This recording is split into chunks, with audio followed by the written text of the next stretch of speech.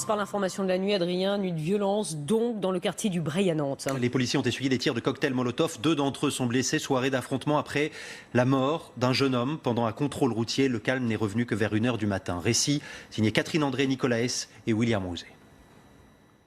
Un centre paramédical incendié, des voitures carbonisées.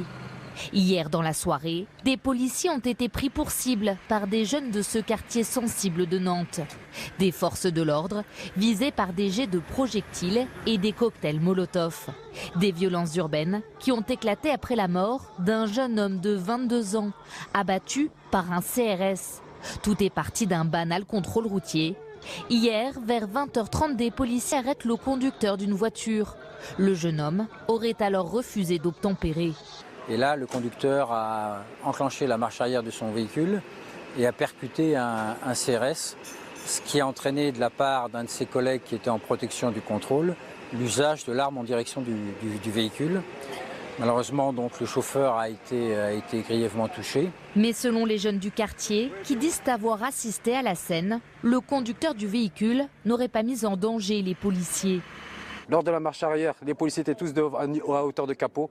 Il n'a percuté personne, il n'a percuté qu'une voiture qui est encore là-bas. Il a fait une marche arrière, mais vraiment légère. Le policier, il a tiré à bout portant. Selon la police, le jeune homme est décédé à l'hôpital. Le parquet de Nantes a ouvert une enquête pour déterminer les circonstances dans lesquelles le CRS a ouvert le feu. Et nous serons évidemment sur place dans le journal de 7h30, Adrien. Et j'ajoute, pour être complet sur la version des faits, voici ce que dit le syndicaliste Yves Lefebvre. Il explique sur LCI et il dresse sur LCI le bilan de cette nuit de violence.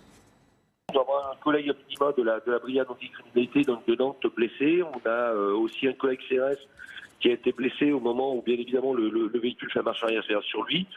Voilà, au demeurant, après, on n'a pas d'autres blessés, sauf à dire aussi que manifestement, d'après les éléments que j'ai en ma possession, avec toutes les réserves d'usage, bien évidemment, des habitants des quartiers ont été pris à partie, ont fait l'objet aussi de jets, de divers projectiles, parce que tout simplement que ces personnes tentaient d'éteindre les feux de leur véhicule.